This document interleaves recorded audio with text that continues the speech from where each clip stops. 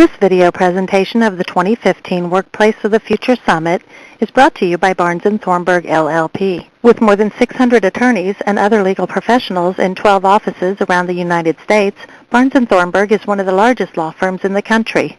Serving businesses, local governments, developers, and lenders, our attorneys help bring projects to life, advising on public finance, infrastructure financing, public-private partnerships, and general municipal law. So we want to get started with our Workplace of the Future, our Design Elements panel. But first, I want to say thank you to our sponsors. We are a sponsor-supported organization. I could not do what we do every single month without the support of our sponsors, and we are just so extremely grateful for every single company that has sponsored this. Sponsor these events, and hopefully will sponsor us going forward. So I want to say thank you to Ambrose Property Group, Carson Design Associates, Choreo Group, Core Planning Strategies, Electronic Evolutions, IDEO Incorporated, Zeller Realty Group, ICBR, the Indiana Commercial Board of Realtors, Regis, which is the exclusive furnished office suite sponsor of the Real Estate People event series. And then we want to thank our host sponsors, Barnes & Thornburg. They're our host and our video sponsors for today. So if we can give Barnes & Thornburg a big hand for hosting us today.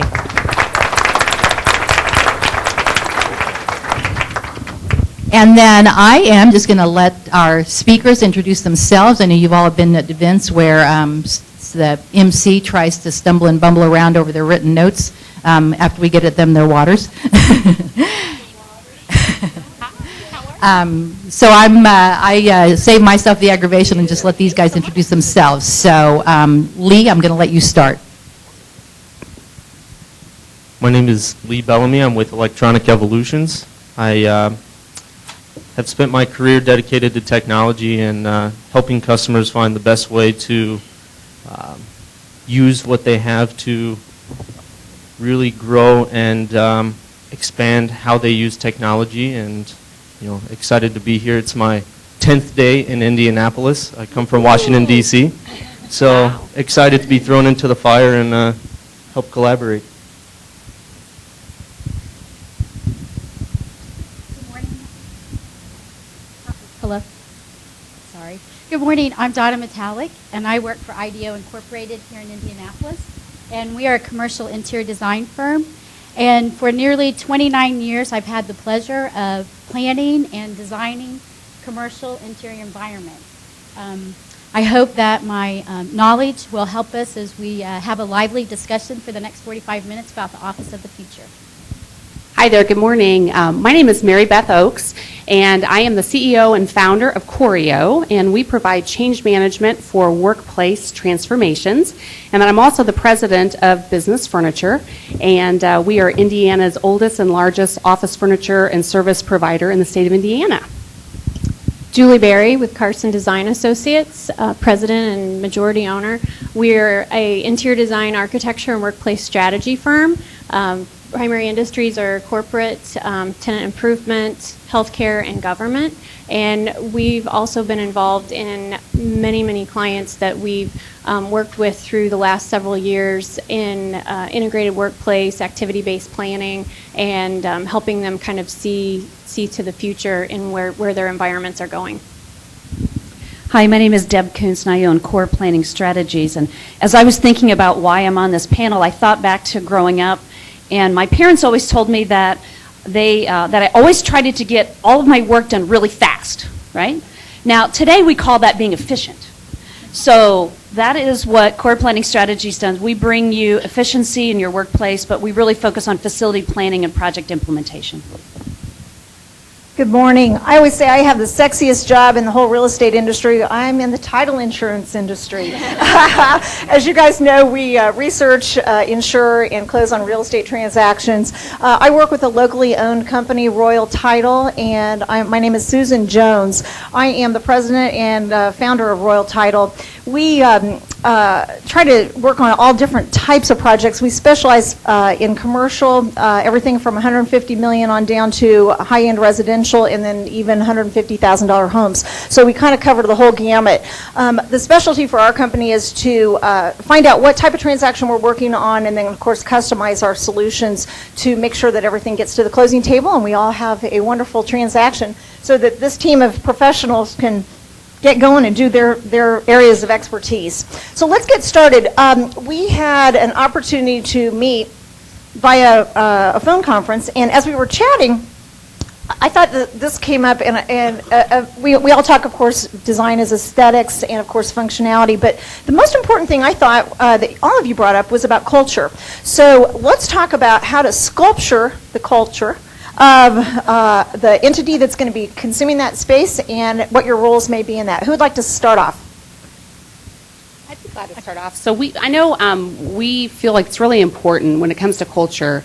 It's all about the engagement with the employees and really trying to understand how people work, both quantitatively and qualitatively, to really understand how a space needs to support an organization and how they work and what their behaviors are, how they interact, how they collaborate, how they concentrate.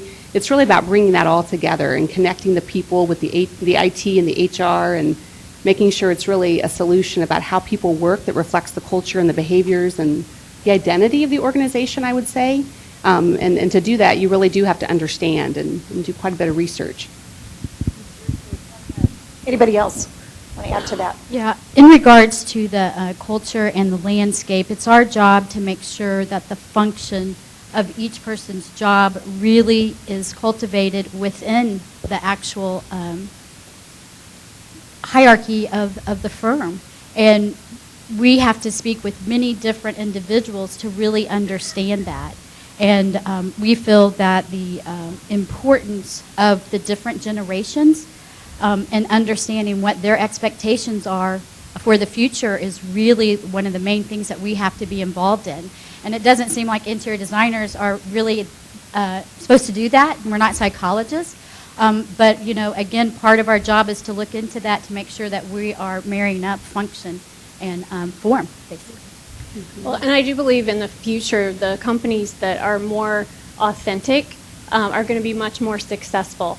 And so the ones that truly live and breathe their culture through their space, through their policy, through their branding, and everything that's inside and out are going to be the companies that are much more successful. And so it's a holistic package. It's no longer one or the other. When people walk into the organization, the physical space speaks to the same thing that they're speaking to outside of that space, and it's being carried through. So the authenticity, I guess, of that throughout the organization is also going to be much more important as we move forward. And we need to think about the technology as well. The different generations, as you mentioned, are very important because you have people who grew up with technology in the marketplace, and they need, information now, and that is very crucial. Whereas you have the older generations that, they like the paper world, they are less adept to technology, so making sure that the culture comes together and the systems are easy enough to use for everybody from C-level down is very important. Let me just add one final piece. Before this started, someone approached me and said, I can't even imagine being in an open office, right? We're an office, we're a culture that has all private offices, and that's okay, right? There's nothing wrong with being in private offices. I think there's sort of some discussions going on today thinking that everybody has to be in an open office. That's not what it's about. The key is your best workplace is the workplace that matches your culture. And when you do that, you will find success. When we were on our call, I'll translate all of this for those of you who are not creative types. When we were on this call, I'm kind of glazing over at this point going, how does all this tie together? And bottom line is, as we talked about the culture, there isn't a one-size-fits-all when it comes to what these this team of people do. And I think that's where some of us probably, as we're thinking about maybe redoing our workspaces, we kind of wonder, oh my gosh, should I be more like an open concept where we don't have any walls and there are all these teams of people in beanbag chairs and that? It's not for everybody. It just plain old isn't. And I think that was my takeaway as we were discussing this, that culture does matter. It matters about what type of industry you're in, the type of work that you're going to be doing, et cetera. So thank you guys for kind of breaking that down a little bit and discussing how important the basics, the culture of the organization is. So once we've kind of established, here's where we are. We know what type of business it is. We know what our culture is. We kind of led our conversation into technology. So let's talk about that, because I know especially, Lee, that's your area of expertise, but all of you, and as far as how we design it and how we play to the different age groups of people that are working. Yeah, so people these days are working from home more. There's a lot of flex office space. You really just want to be accessible everywhere. And it leads to saving money over time and your ROI on that. And that's where we start thinking about virtual meeting rooms as, in line with standard meeting rooms. You need to build the technology to not only accommodate the soft spaces with the bean bags, but also the technology in spaces where there are cubicles, private offices. You just really need to find the type of collaboration that works for your firm, whether it's, again, the virtual meeting rooms, interactive software, anything along that line. And that's what our job is, to really sit down and feel what you guys and your culture needs and really help you push that. I think we're also going to see more real-time technology in terms of information gathering through e-badges, through a lot of data that's being pulled more than it is today, that's passively gathered. And it's kind of almost in the sense of that big brother of that information that's out there and what people are doing with it, but we're not even going to be aware that it's happening. And that is going to be the reality of where we're at. But that information is also going to help companies and designers like us help make better decisions and guide the organizations to fit better with how they're using the space and what really the intent is for it. I think the big aha that I've had about technology over the past several years, going back to different generations in the workplace, I think some people really do gravitate towards the new technology, and it's very natural and very easy for them.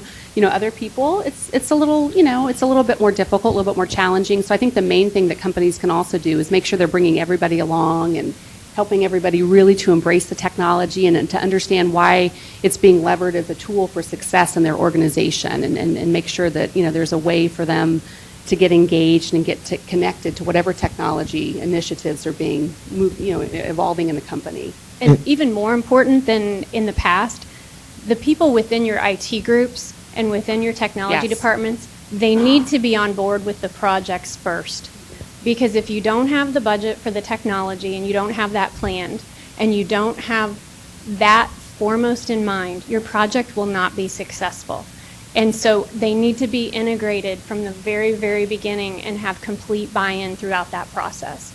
Bringing them in later and kind of thinking that everything is going to adapt around that, it isn't really going to be as successful as what you want the project to be. That's really, really important. It's kind of a good way to look at it like a three-legged stool. You've got that facilities leg that has always been there and will always be there, but then you also have that IT leg and the people leg, or the HR leg, the engagement leg.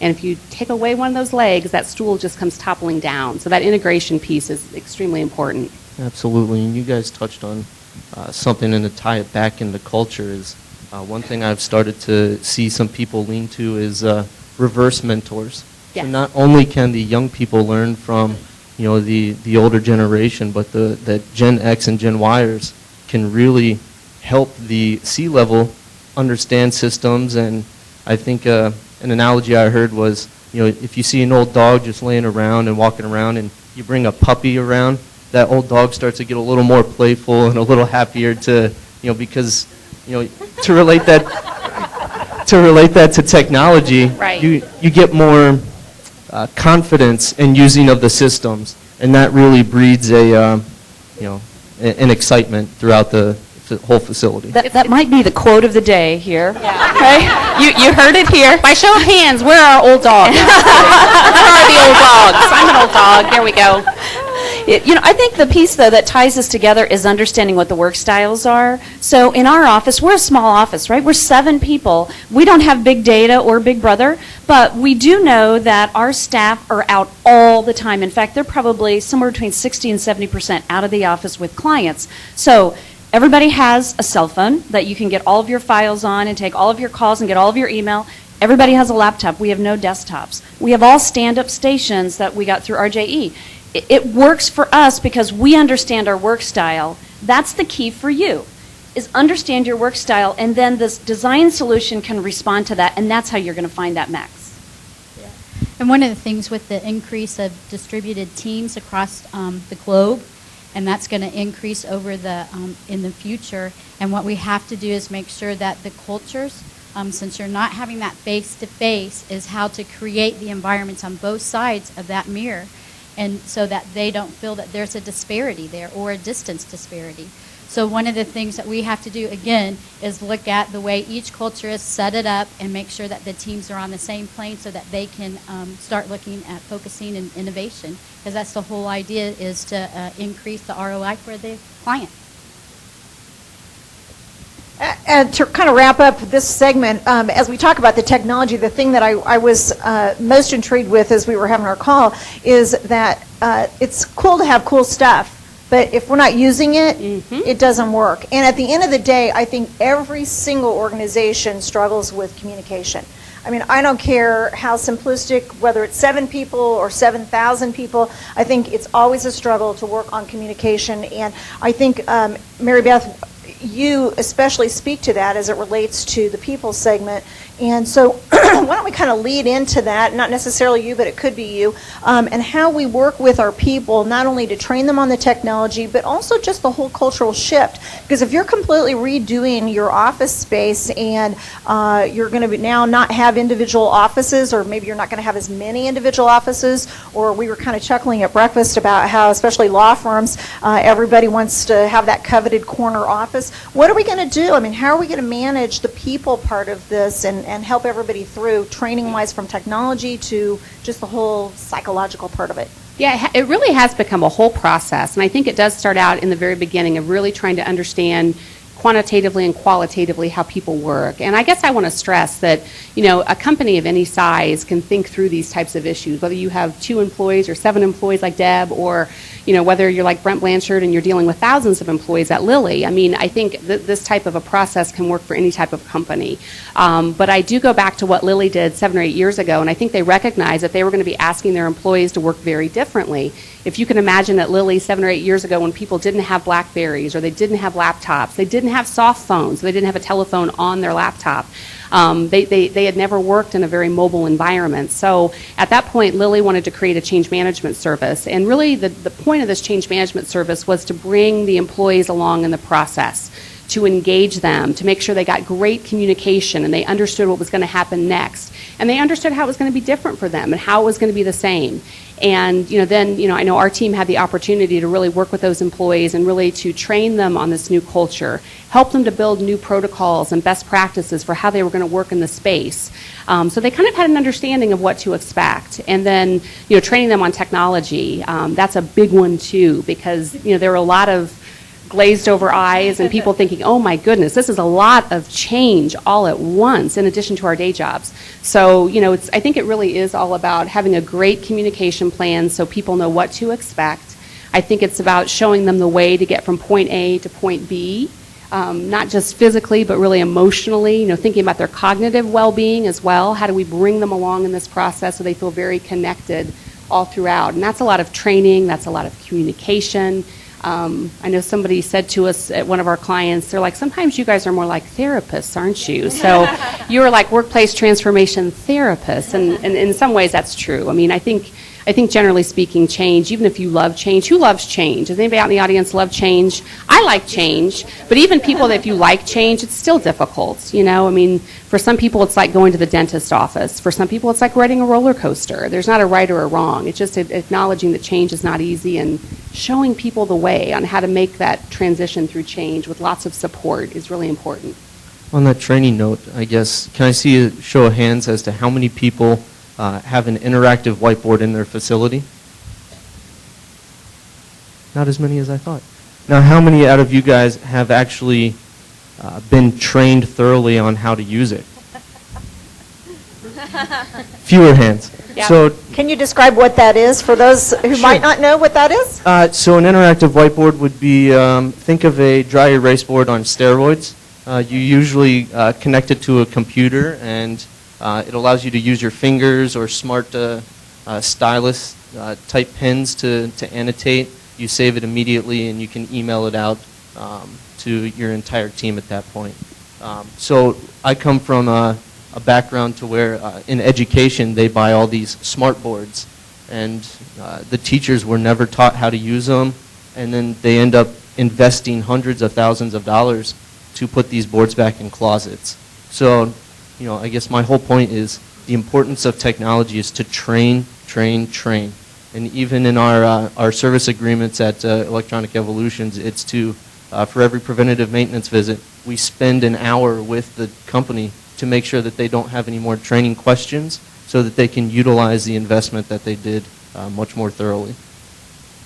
If I could just tag a little bit onto what Mary Beth was saying, we work with her on both the Lilly project as well as Rolls-Royce with Matthew Woodruff. And a key component to the success of those projects also were the early adopters and strategically determining who the first round of people will be that are going to start to bring forward into the new the new environment and what it is that they're going to do, and making sure that you've got some cheerleaders and people that are credible.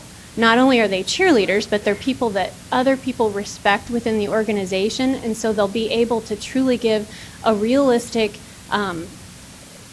feedback to the rest of the organization and help with that leadership in taking in that direction. It gives you a quick win, doesn't it? I mean, if you Absolutely. get a success story going with that first group, it starts to spread much quicker. And so I think that, you know, they're both laughing over here, but but it live their pain. Yeah. Yes, Maybe not as quickly as she's saying, right? But you get some advocates, you know, on your side, and people that can then also help with that training internally within the organization. I will say, too, that it ties in with the training piece, but I think it does start with leaders, and I think as we're looking at Brent and Matthew smiling, I mean, I know hours have been spent with leaders and helping them to embrace it, and it does need to start there. I mean, it really does. Without leadership buy-in and commitment, it's really hard to move a project forward. I think about the first workplace project I ever worked on. It was in 1997. It was actually with Carson Design. It was a local insurance company. And at that time, think about that, 1997, that was a long time ago, right? We didn't have, not everybody had cell phones at that time, and hardly anybody had laptops. And at that time, the CEO of the insurance company was moving out of a private office, taking his entire executive team, kicking and screaming out of their private offices into a centralized open office area for their executive team. Wow. That was kind of unheard of in 1997. And, you know, he was way ahead of the curve in envisioning what it takes for the leaders to do and to set the stage for what the culture change is going to be, because they really wanted to make their workplace a leverage tool to entice the best and the brightest to come and work there. And they knew if they did that, they knew their people were collaborative, but they wanted to be more collaborative, and they knew their workplace could help do that. And even back then, the numbers that really reinforce what these guys are saying is there's always, in any kind of change, there's 20% of the people who are against it all the time. 20%, they will be against everything. No matter what you say. No matter what you say. There are 20% of the people who are for everything. They're the leaders. They're those early adopters. The key is the 60% in the middle. Whoever gets to them first is really going to determine whether you have a successful project. That's so the exactly key is to right. get those early adopters influencing and positively influencing the great things that could happen with the new workplace. So again, 20% against, 20% for, you've got to be ahead of the game to get those 20% influencers in a positive way. Anybody want to add anything else to that? As we were talking about, thank you, Deb. As we were talking about that whole change management, one of the things that I was kind of intrigued with is, and you said that you, when you come to do your check on whatever the technology is that's been recently installed, for me, sometimes I don't know what I don't know. Does everybody know what you're talking about? What I'm talking about? Where I have mastered everything that anybody's ever taught me, but I don't know what additional things are available, and if somebody kind of tosses it out and gives me a little instruction, I'm one of those top 20% that will gravitate to it, and if it's going to make my life easier. So how do you kind of address that in the technology piece? Because I would have to imagine everybody in this entire room doesn't know what we don't know about something. Right. So you really want to, those drivers, I call them champions. You really want to find that champion, whether it's a single person, a group of people, to train them on the entire functionality of that system, to really get down in deep and figure out how the company uses technology. Because sometimes those features you don't need to pay for. You may really want some features that weren't originally discussed, and you need to dive in deep to the culture of the company and really find out how they want to use the system, and then work with that champion to develop a process, a kind of a train-the-trainer solution, to where you can train them on new tips and tricks and new technology that you can leverage to get even more out of your system, and really hope that that champion, that top 20%, gets to that middle 60% before the bottom 20% does. We often create kind of a network of what we call change agents within an organization, and those are, I'm sure, it's kind of interesting. We like to include people from that top 20% that really are on board already, but we also like to include people from the other 20% that tend to be the naysayers, because oftentimes if you can engage them in an effective, meaningful way so that they have a very definitive role in helping to guide the change, by the end of the process, you do find that they really have kind of changed their way of thinking, and they're willing to help you to lead the change. So I think it's really, we spend a lot of time with leaders kind of figuring out who are these people. And they tend to be people from all around the organization. They're not just in leadership roles, but they're people of influence, basically. And so, but a secret tip I always say, think about people that might be in that 20% that are kind of, not necessarily on board. And let's get them engaged as it relates to technology. Maybe one of those people happens to be, super IT savvy. So let's leverage those IT skills and share them with other people in the organization and position that person as a leader for this change. So there's all different kind of, tips and tricks on how to get people, motivated and engaged and in the process. Tie into their confidence. Yes, yes. They can learn a lot about a particular topic, be extremely confident, and then really help push and drive for new technology changes. But engagement is key, right? If you don't engage your staff, you'll never get there. That's right. So you've got to develop a way to engage them at all levels of the That's organization. exactly right. And give them a chance really also to provide lots of feedback, and I think that's why the whole pilot notion is really good, because I know we have found that you get a tremendous amount of really great ideas, great insight on how you can make even the next evolution of the space even better by really listening and engaging. Well, and to your point, Susan, about the questions that you may not know to ask, many times our clients will come to us and ask us for something specific, and really what they're asking for, and we talked about this on the call, isn't what they need. And so by going through this discovery process, which takes time, and in today's society, the projects have gotten so time crunched that really it's the time that's taken to go through this process that makes the projects much more successful. When this discovery process is shortcut, it really does start to compromise at times the project and the end result. It's not saying you still can't have a successful project, but you do run the risk at compromising certain aspects of it, and also knowing that then be comfortable with that once you then move into the space, the tweaking just starts. That's right. It's the project, we no longer have static workspaces. And so those spaces, as soon as you move into the space, you're starting to make changes because you need to have these spaces be flexible and adaptable to not only the changes that you might not have realized until you get into the new space and see how it's working, but you're constantly changing the way you work. And so all of those things need to be taken into account for and not just assuming that once you move in, the project's done. It's going to continue to evolve.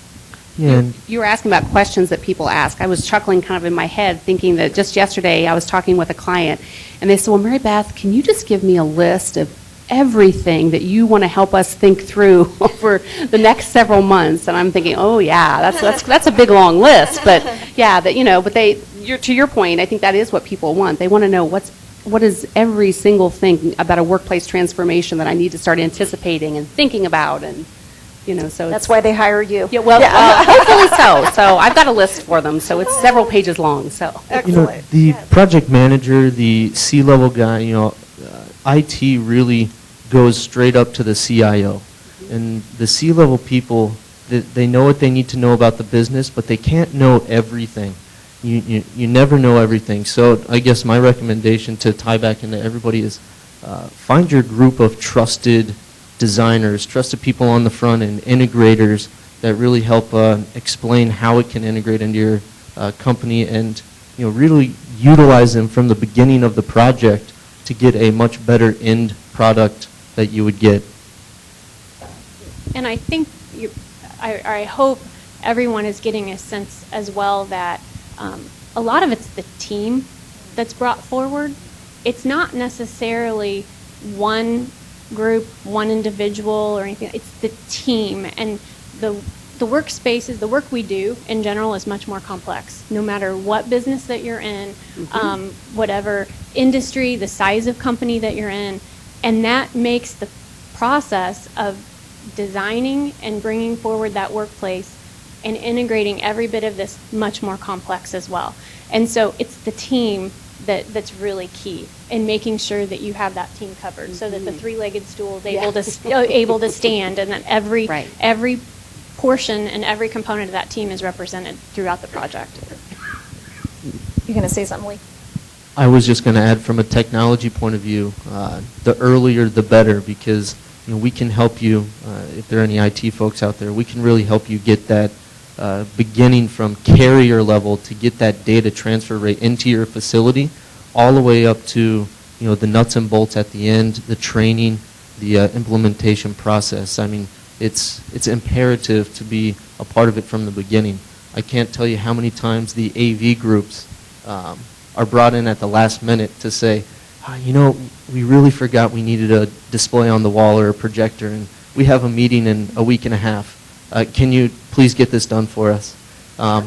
Whereas of course we say yes. But whereas if you think about it and you budget for it, you get a lot more for your money. You get a lot better implementation, and it just really excels in the end. Yeah, and by 2035, the amount of square footage for renovation buildings will outnumber the square footage for new construction.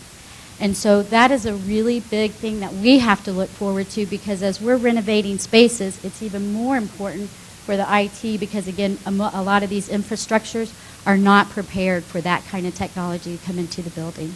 So again, that's another component that we have to look for in the future.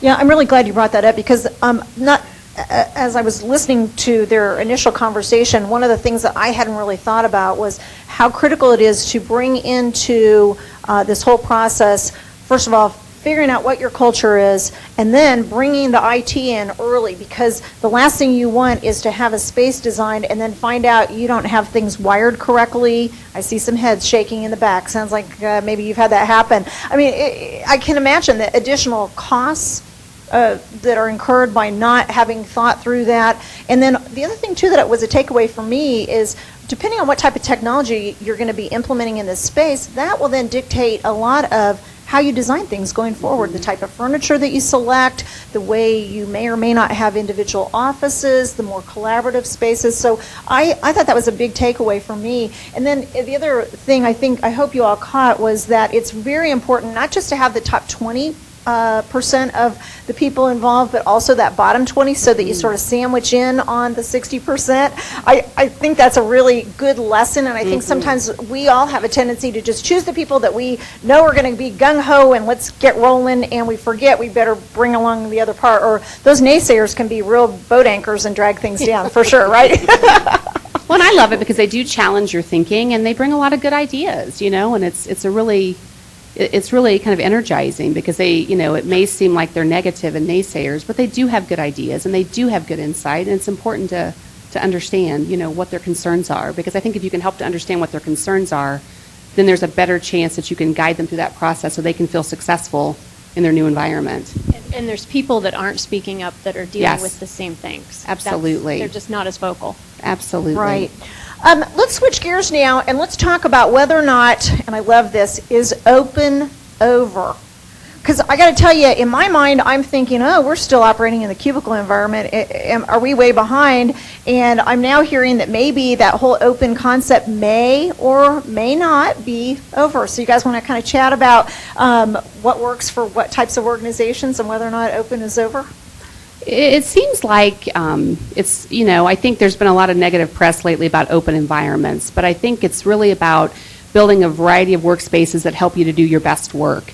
And I think going back to Deb's point earlier, I don't think necessarily private offices have to go away. I think a trend that I'm seeing more and more is that organizations are trying to build work styles around how you work, not necessarily by your title or position, but what type of work do you do?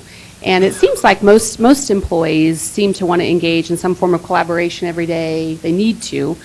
They may not want to, but they may sometimes need to. But they also need concentration and places of focus. So I'm seeing that as becoming more and more of a space type that organizations are really being drawn to, because you do. I mean, is there anybody in this room that doesn't need time to focus or concentrate every day? So where do you go to do that? I mean, some people go to a private office. Some people try to go to a focus room, a focus booth, or some location. So I would say it's not a one-size-fits-all, but really it's more or less trying to build a variety of spaces that support the way the employees in your organization want to work and need to work. Donna, I know you kind of spoke especially to that. I'd love for you to kind of enlighten us a little bit more.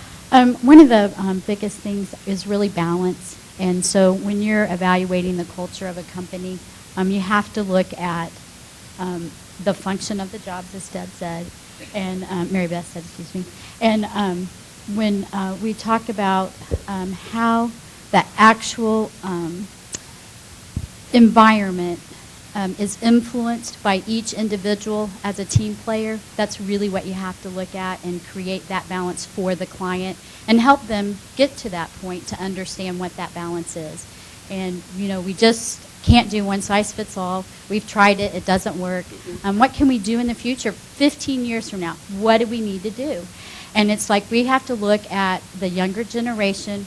They've had technology at their hands constantly.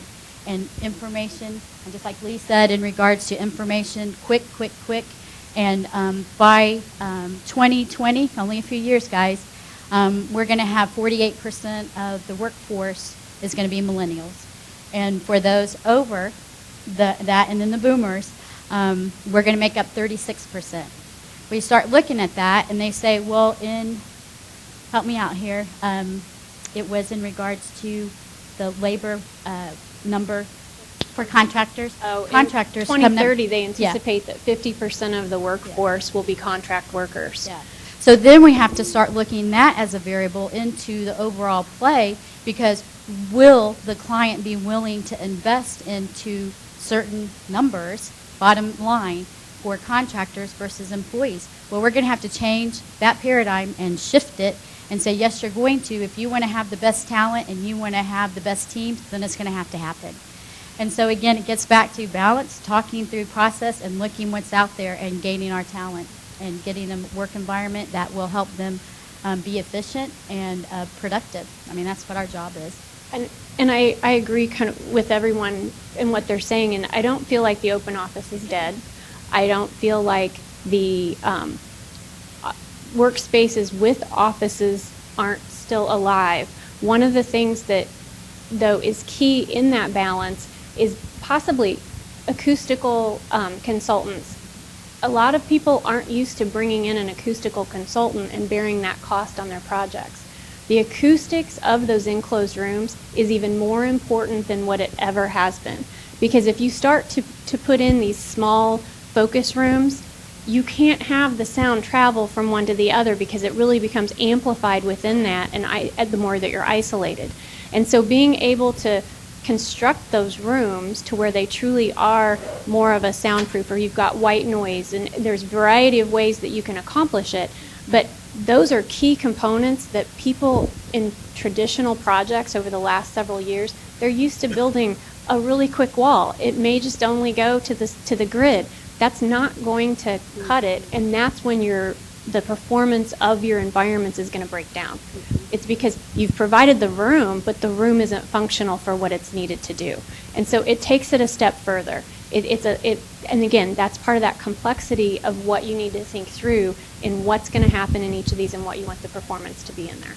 So variety of space is important, and that's what we're talking about here, is giving choice for different variety of space, whether you're allowing your employees to work in more of a coffee setting or a social setting or in their private office or in a collaborative area. But I think what the difference that we'll see going forward is the ability to work from anywhere. And it's not that you have to work from anywhere, but the ability to work from anywhere. Recently, I was driving on 65 and a client called me and they needed a file. I pulled over, I pulled up my phone, I sent them the file. We have all of our files on the cloud, so we can do that. It didn't matter where I was. I didn't have to be in an office to deliver for a client. And I think that the ability to work from anywhere is going to be heightened even more. We're starting to run out of time, so I'm going to kind of wrap it up here. We have so many more things that we could have shared with you. I can't even believe how interesting, like I said, our call was. We talked about the aesthetic part of it, which is what I really thought we were going to dive into, and as you can see, it's much, much more complicated than that. But the aesthetic part, we talked about some of the spaces where you literally don't just work there, but also you play there. And I think a lot of us have seen some of the more contemporary office spaces, and that have the ping pong tables and the pool tables and all that kind of stuff. So we didn't get into that. Maybe you guys will get into that on your panel. I don't know. But anyway, we certainly have enjoyed the opportunity to be here. It's now time for us to take a few questions, and I saw lots of heads kind of shaking. I hope some people have questions that they'd love to ask. This is your time. You're not going to be billed for it. Take advantage of asking some good questions. These are our experts. Anybody have a question they'd like to ask? Yes, absolutely.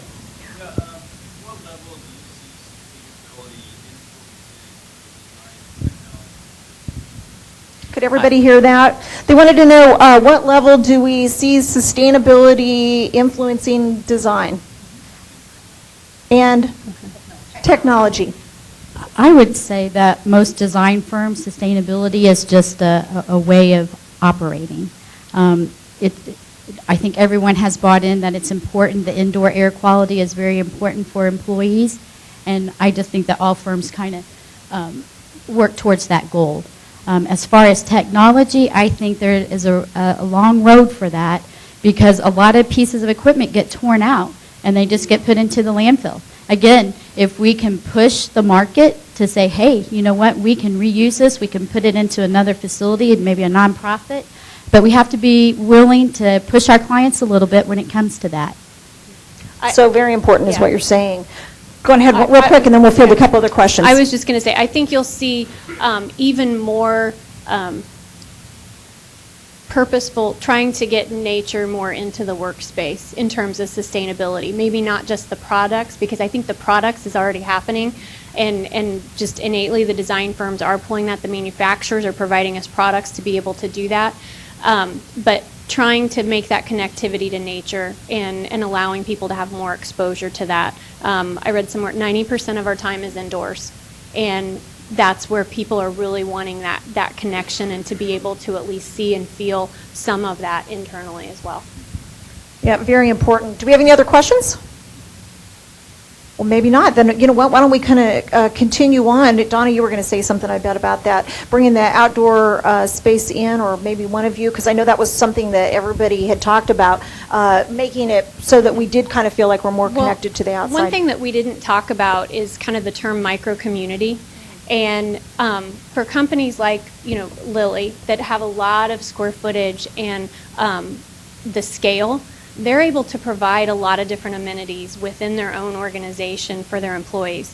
Smaller organizations aren't able to do that, yet people really crave that micro-community. And so I hope that we'll kind of see that a little bit maybe from Zeller. You guys are bringing some of that to town and more of the landlords, because it's going to be the location that smaller businesses select is going to be key, because they're going to be looking for those micro communities and allowing other people to provide those amenities for their employees. And so that's going to be really important. People are going to want to work around that environment and have a lot of those things nearby.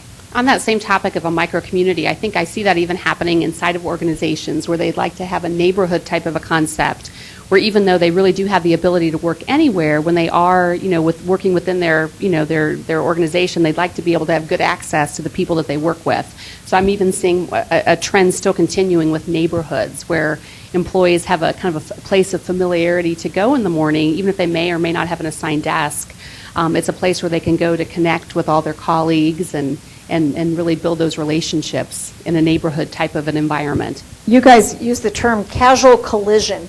So I kind of liked that. That was a way to have people come together in a natural way. Yeah, Lee, you were going to add to that. I was going to attack the technology side. I think the sustainability is coming in more towards the cloud-based solutions, where you leverage what you've been using, or maybe not spend so much up front and leverage those, the recurring operational costs instead of spending the upfront large capital costs.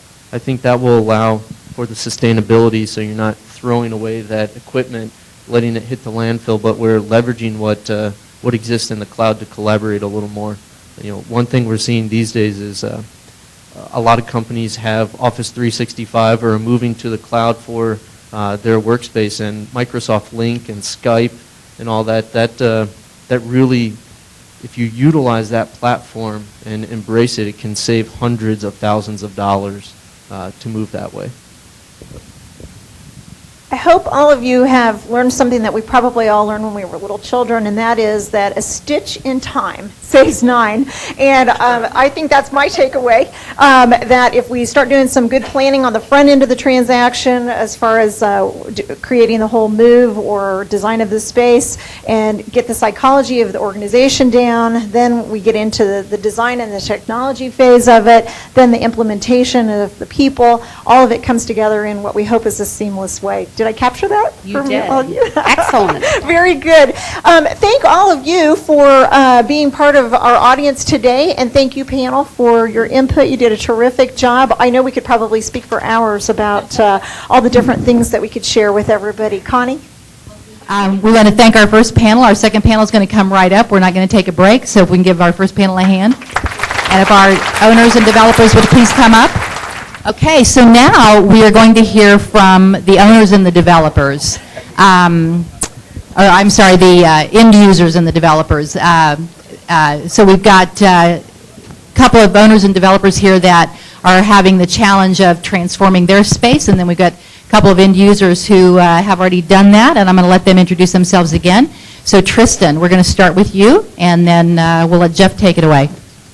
Sure. Good morning. My name is Tristan Glover. I'm a vice president with Zeller Realty Group. We're an owner-operator of office buildings, about 9 million square feet total, about 1.5 million square feet here in Indianapolis. We're in Denver, Indy, Minneapolis, and Chicago. It's interesting because a lot of what we own are in urban downtown areas. But up until 14 months ago, we did not own anything downtown here in Indy. And it's just been crazy, the dynamic and the changes that have been going on in Indianapolis. And so we're really excited to be part of that growth and what's going on there. Hi, my name is Matthew Woodruff. I work for Rolls-Royce, the jet engine manufacturer here in Indianapolis. My role is head of workplace transformation. I've been there for about 5 years. My prior background was in architecture, and in between the two, I have spent some time as a real estate developer. One of the most interesting things about the job that I have in the company is I get to transform, or at least to marry the culture of the company with the workspace that we work in and make it the most effective and productive for the employees. And that's really exciting. So the discussion that we had earlier was certainly inspiring and right up my alley. And I'm looking forward to sharing the experiences that I've had with Rolls-Royce and learning from some of my colleagues. Good morning. I'm Brent Blanchard. I work at Eli Lilly and Company. I'm a facilities manager. My major responsibilities are capital project administration and execution. Primarily over the last 10 years, we've been implementing what we call our integrated workplace. It's a collaborative work environment. We got a lot of help from this gentleman here to my right. So if I get stuck, I'm going to ask him to jump in for me. We have over half of our space is still in what I call the traditional workspace, which are cubes. So we have not fully converted. We're about halfway there. I don't know if we'll get all the way there before something changes again. But we still have a large population in both working environments. So I can speak to the traditional office, which I call the cubicle, and then the new workspace. So we've got about 4,000 folks in the collaborative space and about 5,000 still left in the traditional workspace. Hi, I'm Asif Bideh with Ambrose Property Group. We're an Indianapolis-based office and industrial landlord, developer, and redeveloper of primarily office and industrial real estate. We are a boutique firm. We're disruptive to the marketplace. And by that I mean we've recently become nonprofit by entering the office, downtown office market in Indianapolis. We own about 1 million square feet of office space in downtown, and we kind of took the rules and broke all of them. For example, at Circle Tower, we spend $35 a square foot and do a 3-year lease, which at a prior career at Duke would never have been approved by investment committee. So that's kind of the advantage of being the investment committee. We recently did a large law firm deal with Hall Render, and I'm a pretty optimistic guy. And the first day I thought about calling Hall Render about moving to 500 North Meridian. Pat Chitton, my partner, and I looked at each other and said, there's some more 4-letter words involved, but we basically said there's no way Hall Render is going to move out of AUL and come to 500 North Meridian. And about 30 days ago, they signed a lease and are moving to 500 North Meridian at the end of the year. So we think it's a very dynamic, interesting marketplace. We try to be different in a lot of ways and break all the rules we can. I'm Jeff Abrams, and I try not to break the rules. That's because I'm partner in charge in the Indianapolis office of the law firm of Benish. And the group earlier talked about having a champion if we are to try to get outside the box. And as you know, law firms are pretty traditional. We do like our cubicles. We do like our windows. I might be the champion. I might be the leader, but Julie, I can't be the cheerleader, okay? I'm not going to be able to get that done for you. Our firm is a 150 attorney firm. We're in Ohio, Wilmington, Delaware, and Shanghai if you need to move your offices over there and try to do some space planning over there. We've got a good group today. We've got the owners, the developers, and we've got the users. And I guess I'd like to start out with Asif and Tristan maybe. You guys do own a significant amount of office space downtown and in the suburbs with Zeller, and yet you guys, I know I've met with one of the two groups, and you guys are really pioneers in the industry trying to change things up a little bit. Why don't you explain to the group a little bit about your thought processes and how you've changed some things around?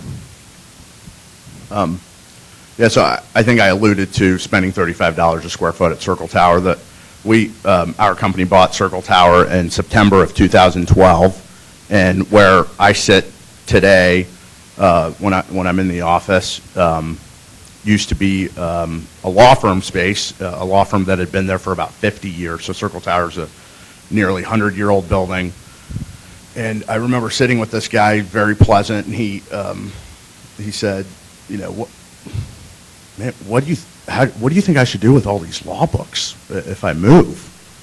And I was thinking, man, I can't believe he has all these law books sitting in his office, and he's paying rent for this space. But point of the story is there's instead of a bunch of law books sitting in 5,000 square feet or whatever it is, Pat and I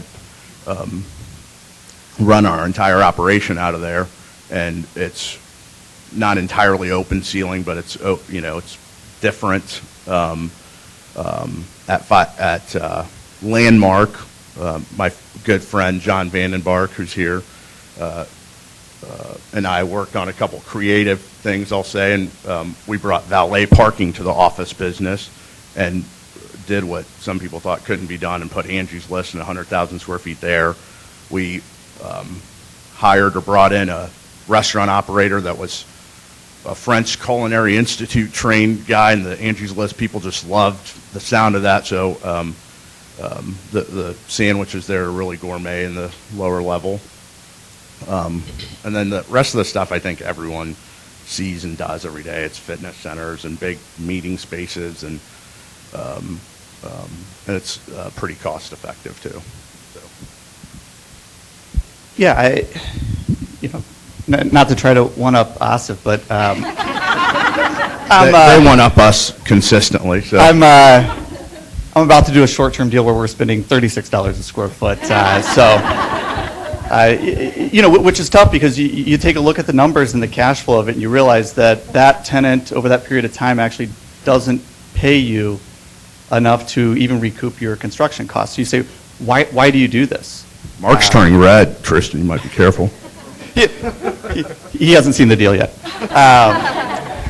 No, it's a lot of this is about attracting the right type of people, and if we can bring that type of company and group into the building, we found they stay with us, they grow with us. In the end, it all works out. But if we're too short-sighted about what that upfront cost is, and we try to save as much as we can on that design element of it, then we're probably not talking to the right prospect. And so, that has been somewhat universal over the last several years. What's changed a little bit is that, I think for the most part, it was always key to be near where the business owner lived. That's primarily why a lot of our investments were up in Hamilton County. I think that's still going to be true somewhat going forward, but what we've seen are companies chasing millennials. And these aren't just tech companies. These are companies that need longevity in their firm. They need to bring in the young dog to continue that longevity with their company. And so our goal within the buildings, and I guess most recently with Market Tower downtown, is to create that environment. Julie, you said community. You must have read my business plan. Because our goal is to create a community at Market Tower where people feel comfortable walking in, whether that is a tech company or an attorney or the millennial that every company is looking to hire. How do they feel comfortable in that environment? A lot of that are those collaborative areas, trying to bring people together. We'd like to think that Market Tower is going to become the home of the casual collision, where people are running into each other. That's why people want to be downtown, is that you can have that impromptu meeting or discussion, but still have your privacy for that heads down work that might be up in your office space as well. So our goal is to try to provide that type of environment and that community that fosters that type of growth. Thanks. As the first group alluded, Lilly and Rolls were way ahead of their time in the space planning of their spaces. And I guess I'd like to ask both you guys, I understand that you guys get calls routinely. Companies want to take a look at the space, talk to you, pick your brain. Why don't you explain to the group a little bit about, some of the people that have called and some of those experiences? Yeah, sure. I'll go. Okay. So I guess I'd start off by saying that I was really quite fortunate early on in the transformation at Rolls-Royce to have companies that were willing to open their doors and share their workplaces and some of the information about their workplace. And I don't think without that I would have been as successful in the transitions that we made there. So certainly I try to pay that back, or maybe that's paying it forward. I'm not quite sure at this point where it is, but we have, I don't know, I get a call probably maybe once a month or so to have somebody come look at it, and I almost always try to make time to make that happen. The companies that are coming through, years ago, 3 years ago, were fairly large companies. Cummins was one of them. There are several other local companies that have come through at some point in time over the last several years. The interesting trend that I'm seeing right now is that the companies that are coming through generally are getting smaller and smaller by, population of employees, market cap, however you want to look at it. They're just getting to be smaller companies. As they come through, the questions that they're asking, same questions that I asked when I went through Lilly and some of the other places, were, what precipitated the change that you made? Why did you do it, basically? What was the process? How did you go about making that change? And, what were some of the outcomes that you had, good and bad? So that, I took some of my leaders through various spaces here in Indianapolis, and the key for me, for them, was that I wanted them to get a sense of what they were in for, or what they could expect. So I'd say that it's been a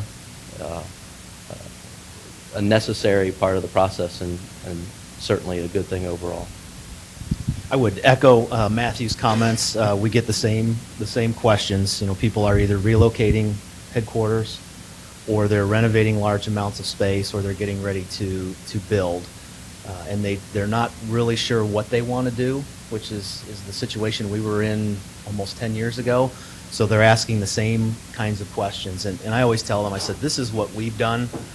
It may not be right for you. What we saw when we went to Capital One and Microsoft and Google and Nike, we used some of that and implemented some of those ideas, but we're not Microsoft and we're not Nike and we're certainly not Google.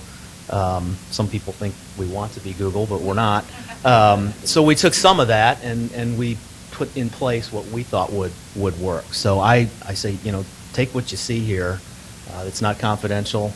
I can't give you costs, which seem to be a popular topic up here today. I'd like to know how you spend $35 a square foot, by the way. Good rent. Love to get to that. It may not be right for you, so take what you think will work in your particular organization, because as the group before us talked about, everybody's culture is different. Some things will work in some places and some things simply won't. So we'll see what all those people do. Hopefully we'll get invited to go visit them when they implement all that, and we'll start making the trips out of Indianapolis. From the developer side, and maybe even from the user side, how do you guys deal with, one size won't fit all for everybody? So you've got that challenge. You've got the business, you got the large business, you got the small business, you got the law firm, you got the accounting firm. A lot of people thinking differently. How do you deal with all those challenges, especially with trying to reform and recreate office buildings?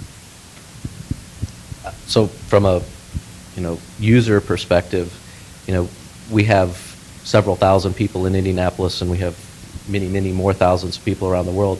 In a lot of ways, we're like multiple little companies. We have a legal department, we have a HR department, we have a finance department. Each one of them has a slightly different need for office space. So, what was said earlier on is that one size doesn't fit all. What we try to do is create a variety of spaces. So what was talked about was focus booths or small rooms where people can go to have concentrative work.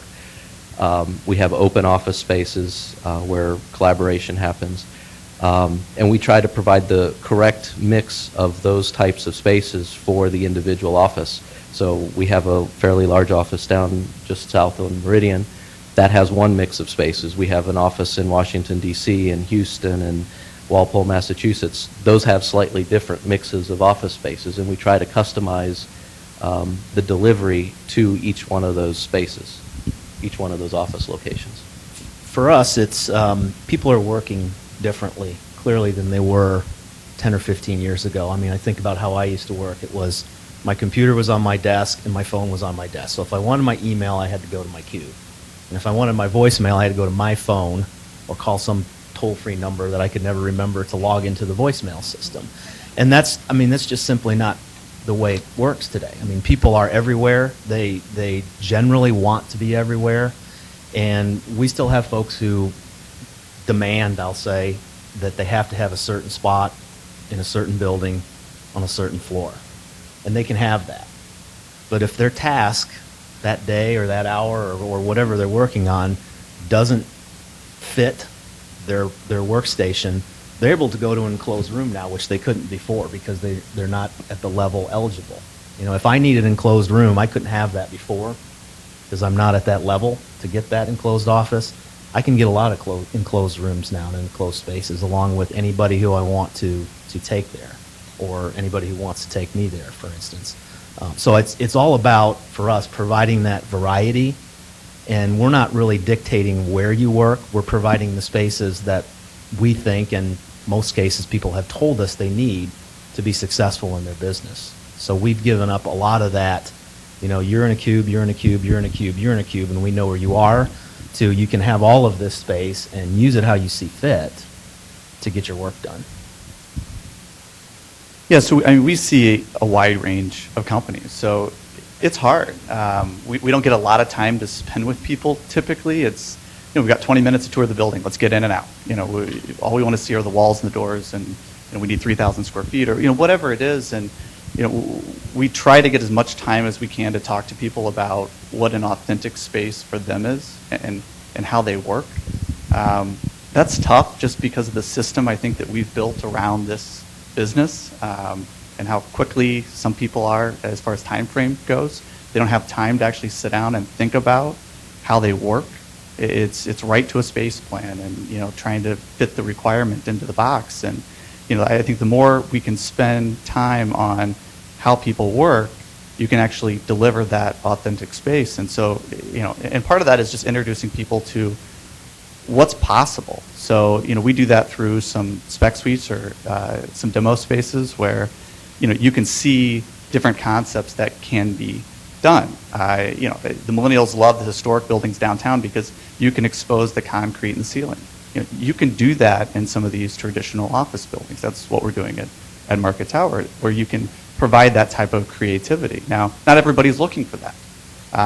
But, you know, we've had to change our mindset and, you know, introduce traditional firms to maybe some of these other ideas and vice versa, because you just never know what's going to grab somebody's attention or what they're going to want to use to set their company apart just from an image standpoint. So it's hard. It's a hard process. You talk about it being a challenging process, and Brett, you mentioned, you know, having to dial an 800 number, you know, to get to the back door and everything. I will let you know that my IT guy, he just rose up 5 levels when we got a new phone system, and he says, no, if you want to get into the back door, you know, your voicemail, you got to do this, you got to do this, you got to do this. So I'm thinking like 5 different steps. Maybe I need to write them down. He says, well, you can just program it into your phone. I go, oh, that's nice. Thank you. Here, take it. So let me ask you guys, how do you get through the process to be able to change the more traditional office? Lily, Rolls, how did you guys get that done? How challenging was it? Tristan, Asif, if you guys have those users, how are you trying to convince those people? How do you get the time? How do you get to the right people? How do you get it done? Well, we go to these people first, right here in the front row. For us, we were in the position in the early 2000s where we stopped growing, and we were coming out of a lot of lease space around town. We used to have, as most of you probably know, many spaces around town where we had employees and contractors. And when we stopped growing, we knew we had to bring everybody back. So we started to invest in our current facilities that we owned that needed it. So we really had no choice. And that's when we started to go out to say, how do we want to make these spaces better for more people when they come back so they can be more productive. And some of the words that were used in probably the slide that followed the three-legged stool slide in all the presentations were, we wanted business agility because the business keeps changing.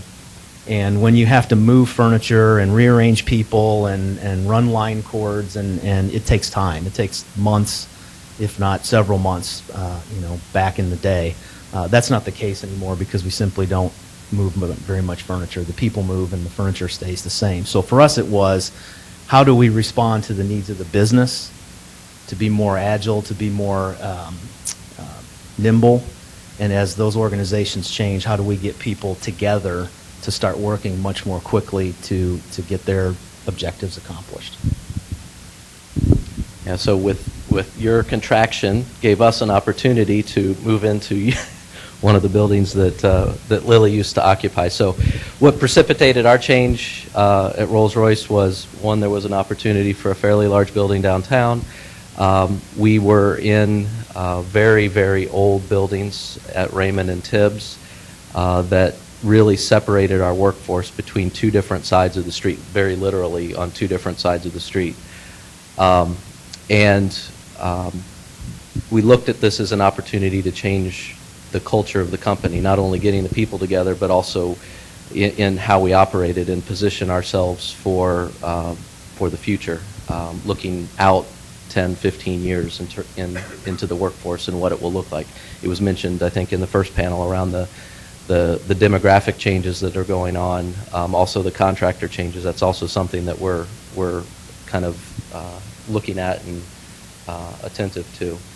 I wish I could say that the process from getting from 1950s old buildings to a new building and going from a predominantly office-based, literally enclosed office-based culture and workplace to a very open workplace where we have about 60% of our employees don't have an assigned desk at all, so they could work wherever they wanted to within the buildings or perhaps at home or some other place. Was easy. It wasn't exactly easy. It took a little bit of time. I would say that the process that we went through was fairly straightforward. I mean, it involved visioning and understanding our culture, and then laying out a plan, communicating that plan very, very well, maybe over-communicating that plan, and then executing. The longest part of that was the execution part, because changing culture is not something that happens overnight. It doesn't happen easily. It takes buy-in all the way from the top. You have to get that top 20%. You have to get the top 5% of the company that make the decisions to buy into that as well, in order to move that forward. And we've been in this new environment for us for about 2 years now, almost, longer for some. And we've done our post-occupancy evaluation as well. So we made sure that we documented what we wanted to accomplish, and then we went back and checked to make sure that we accomplished it. So very important part of our process. Let me ask, Asif and Tristan, you guys may be a little bit early on it, and you talk about the post-mortem review of what you guys have done. Is there anything that you guys have found that hasn't worked? Were there any decisions made that you thought was just going to be great, and then for some reason they just haven't worked out as well as you thought? And assume, Asif, that the guy's still paying rent, so I'm not talking about that one guy. Everything works for us, Jeff. No, I think you learn as you go. We feel like every time we finish something, it's old. We know what we do differently. We know what we would do better. These aren't big changes. These are tweaks. So we feel like every time we do it again and build out, whether it's a collaborative area or a health club or different types of conferencing areas, we feel like we get a little bit better every time. What makes us a little bit different as an owner than a user is that we can only control the building. and we can only provide that platform for that company to come in and build that authentic space to them. I can't force the tenant to do something, unfortunately. I think that's what separates us a little bit in how we're approaching it. So that's why I say it's hard. It's hard to get in front of somebody and convince them that this is important enough to spend time on to think about.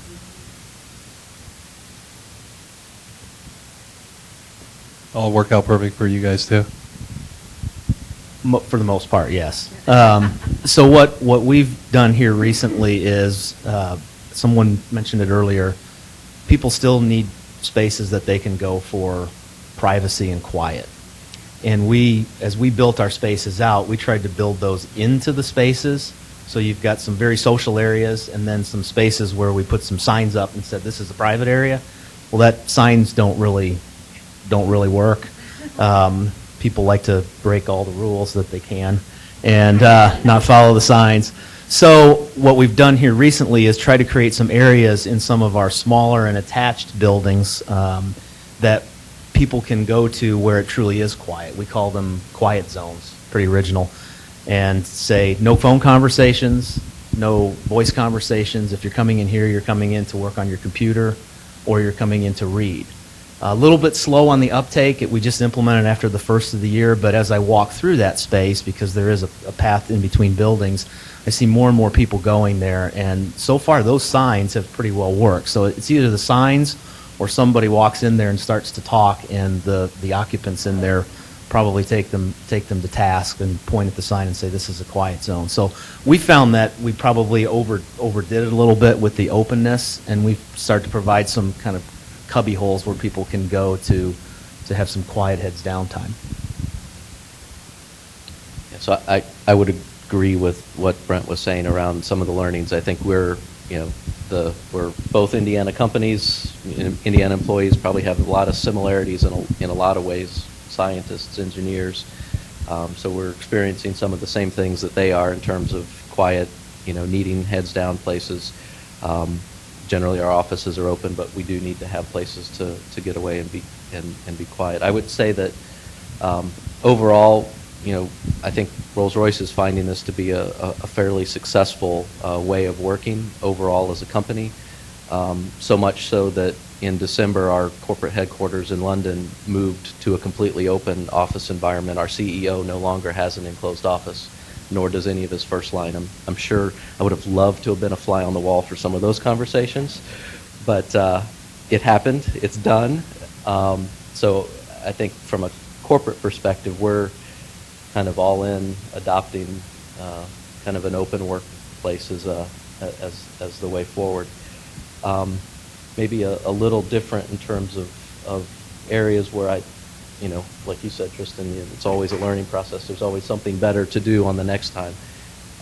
The two things that I would, give to this audience would be make sure that early on you budget the appropriate resources for making a cultural change, because it takes a lot of resources, both internal and sometimes external, to make it happen.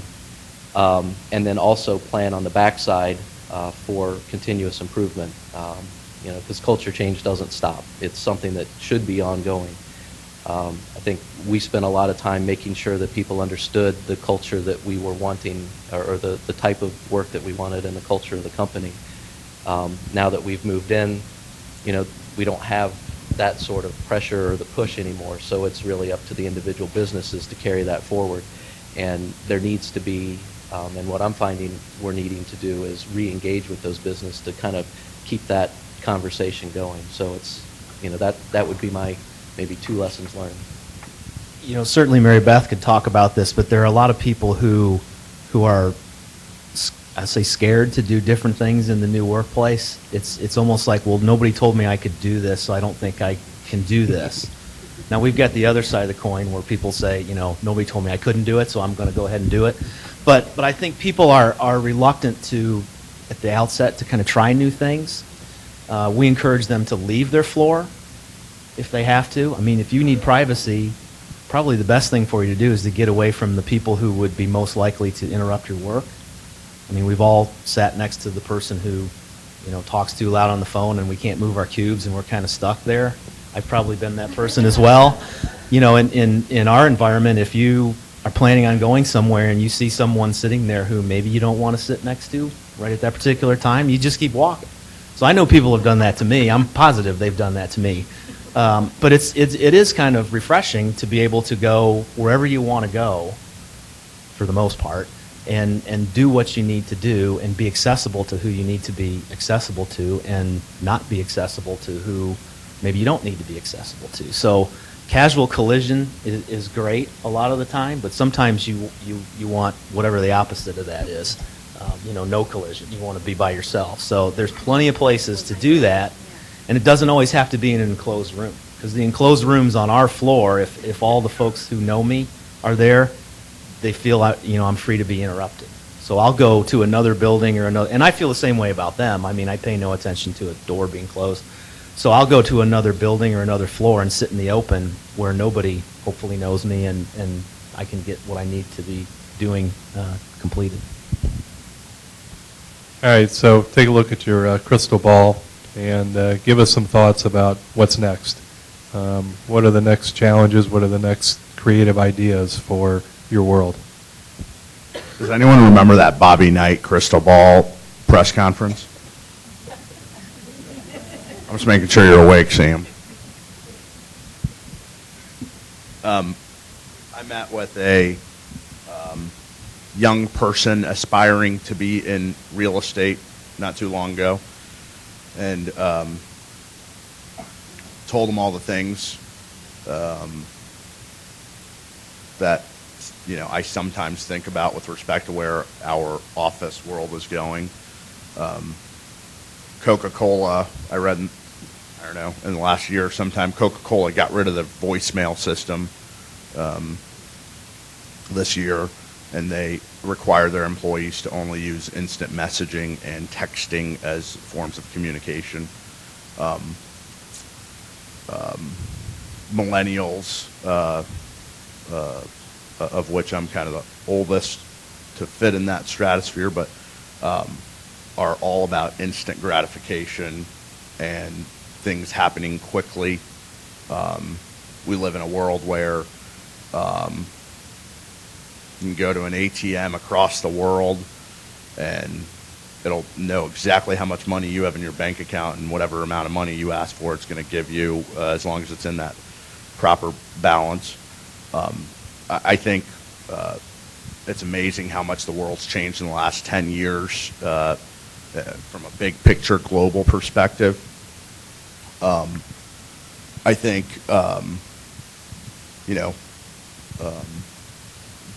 there's, 80 million millennials in the United States. There's many, many more across the world. I think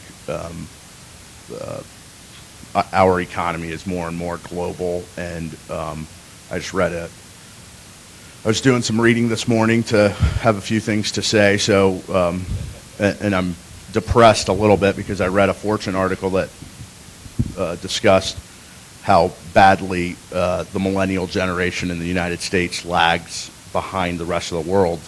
And in essence, we tested almost at the very, very bottom, if not the bottom, in almost every area, including technology. But with that said, our country obviously has great prospects because of who we are and our entrepreneurial mindset. But I think it's, we play in a global world. I think crystal ball on the office, where office spaces go, I just want to point out that, does everyone know Sam Smith, who's sitting right here? He's a big-time office broker with Colliers in the International, Indiana, I think. And I was looking at Sam because he was kind of not dozing off, but I was wondering what he was thinking about and if he's cooking up some big deal. And these guys were who I'm very interested in these kinds of things, and I spent a lot of time looking at Rolls-Royce's space.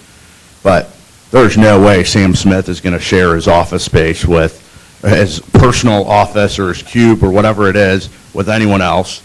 And I want to point out that everything that was talked about today is not necessarily applicable to every company.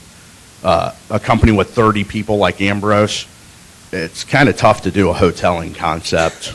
You really have to have a lot of scale like these guys do at Lilly and Rolls-Royce to be able to do that. So do I think the office space world is going to change? Some people are real pessimists and think, boy, why are you going to even need office space? I do 99% of my work on my cell phone. I don't even use my computer anymore. Well, Sam Smith and Mark Volbrecht and the architects here, and I think Lynn Hines left, all the people, most of the people in this room probably are not necessarily going to share their office space. So whatever office space they lease right now, they're probably going to continue to use. Will larger companies who have an enormous amount of scale, I think will absolutely, the trend will continue to, be forward thinking, sharing concepts, and those are the guys that will be able to implement those kinds of things. In terms of, well, people like open ceilings and indirect lighting and all that kind of stuff, I don't really know. I'm not a design savvy person. I think my personal opinion is design changes every 10 years, and certain things that are in vogue right now are not going to be in vogue 10 years from now. So landlords are going to sit up here and complain about spending $35 a foot or $45 a square foot again 10 years from now. For the record, I share my office with Union Gooden, who's a partner, Lucia Carter, who's a project manager, and a tread desk that goes unused right now. I'm just glad you know what that is, Sam. From our perspective, I'm not sure how the office space is going to change. I do believe that the spaces we've recently converted will be better able to accept whatever change is coming. I'm guessing it's probably in the technology arena. From a pure facility management standpoint, what Julie mentioned earlier, we're always trying to get information back from our facilities as to how they're performing, how they're being utilized. Because the last thing we want to do is build out space, and it's typically nice space and it's expensive space to build, but it's also expensive space to maintain. And if it's not being used, then it's wasteful. It could be put to a better purpose, whether it's more desks, more beanbag chairs, or whatever you want to put there that people want. That's what we've got to try to figure out, and that's not an easy thing to do because the buildings don't talk per se. The people do, but the people don't always have the most accurate depiction of what's actually going on. I encourage you, when you go back to your office, go take a look and see how people are working and compare that to how you think they are working or where they are working and how much time they're spending in certain spaces. I think you'll be amazed or even shocked at how far maybe off you might be. I was pretty far off when we thought about that. We, like Rolls-Royce, do utilization studies. So we will walk all our spaces, and we have people who we are deeply indebted to who go around and say, this space is being used at this point in time, this space is not. And they do it 9 hours a day for 2 weeks straight. But it's invaluable data for us to take back to the users to say, you're not using this type of space. Maybe you'd be better off having a different type of space. Or it tells us, don't create these types of spaces anymore because people don't use them. So we've gone through this 30 or 40 times now, so we start to get a picture of what people like, what they don't like, what they use, and what they don't use. So we try to make it a little bit different and a little bit more usable each time we go through. So I think that's absolutely the use of kind of mega data to help inform space decisions even chips embedded in chairs or in desks. I'm sure that's not too far off. I'm sure some of the folks here could comment on that if it's not super secret information. And I can't really comment on the small office. We're generally a fairly substantial user in most of the places that we land. But we're a global company, and a lot of our interactions happen over technology. So certainly technology and how it gets implemented in the office space is going to be critical to the future. I mean, WebEx and video conferences, conferencing, Skype, and other, elements like that are becoming more and more visible in our office space. One of the things that we're exploring as a company is locations that are really just touchdown based, so it's not even an assigned office to any one group. It becomes a place where individuals can come together, and I think that speaks a little bit towards the, some of the future trends around contractors and how we handle a more transient workforce potentially for some of our employees. Certainly not everybody, but for some groups.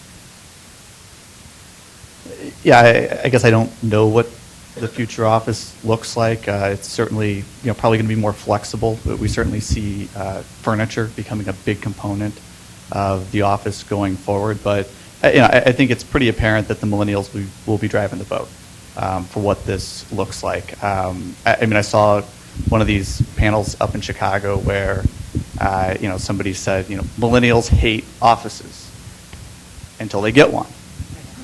And so, this is a generation that really came into the workforce during the Great Recession when, everybody says, well, they don't care about money, they care about this culture and environment. Well, when there wasn't any money to be made, of course you don't care about it. And so, as the economy has gotten better and companies are looking for other ways to keep these good employees with them, I think we're going to see that swing back more towards some of these perks that we've seen in the past. So, in the future, you can look for that millennial to kick Sam out of his office when they take the company over. We've got a couple minutes, maybe, for any questions from the group. How do you guys handle planned and non-planned confidential?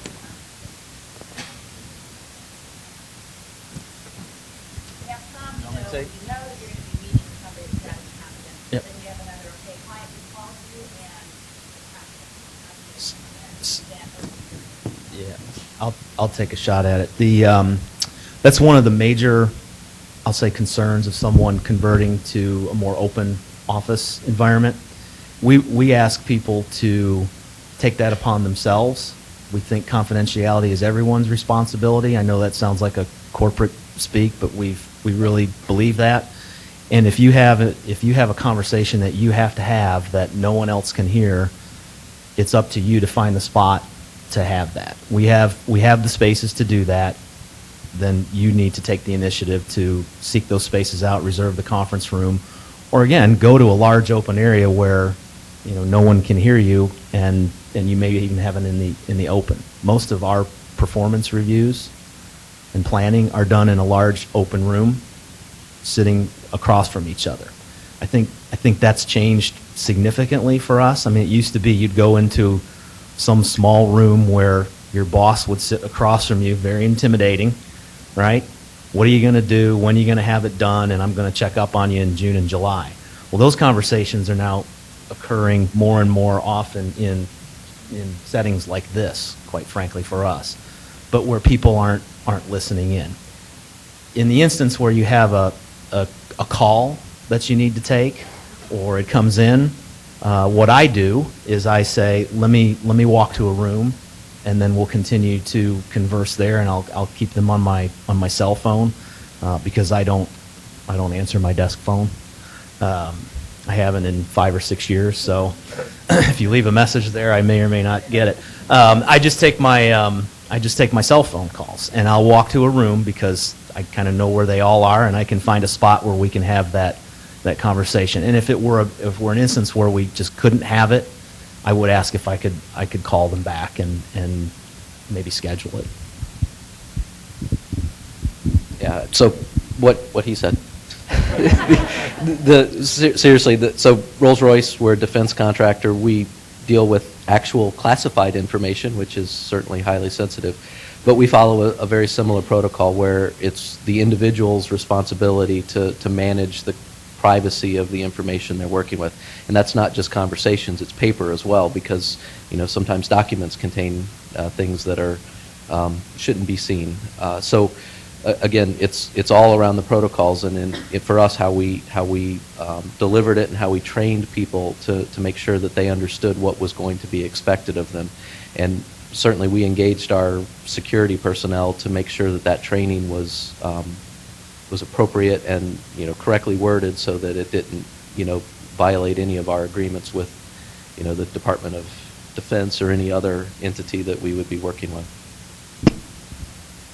All right, so, yes?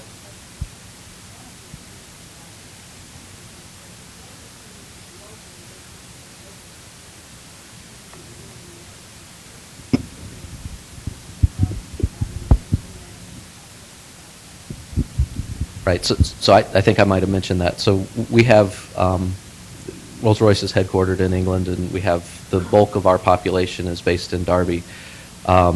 We started actually looking at our future of workplace in the U.S., in the Meridian Center downtown here, and have used that as a springboard for application of this in other locations. So we've gone to Houston, Texas. We've gone to Mount Vernon, Ohio. As I mentioned, we did our London headquarters late last year, and we're in the process right now of reshaping our main campus in Derby, which has about 15,000 people for the next 4 or 5 years. It's going to be a long duration project, but all of that will be transformed to a more open and collaborative office space, very much like what we have here. In fact, we're taking the lessons learned, like Tristan said. Every project becomes another step forward in our evolution. All right, so last few words of wisdom. If you're looking to grow your company and need office space, choose Zeller and Ambrose, for they are leading the race. Because we're winning the race. Their creative design will keep your company on track, so after the move, you are better prepared to go on the attack. Lilly and Rolls are way ahead of the rest. They redesigned their offices to pass the test. They are attracting the brilliant millennials to rush to join their team, so Brett and Matthew can sit back and enjoy their ice cream. Thank you.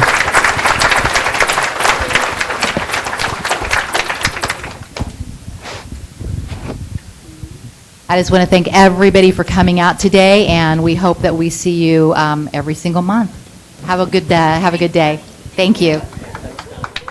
This video presentation was brought to you by Barnes & Thornburg, going the extra mile to help you with your complex legal needs. For more information on Barnes & Thornburg, visit our website at www.btlaw.com.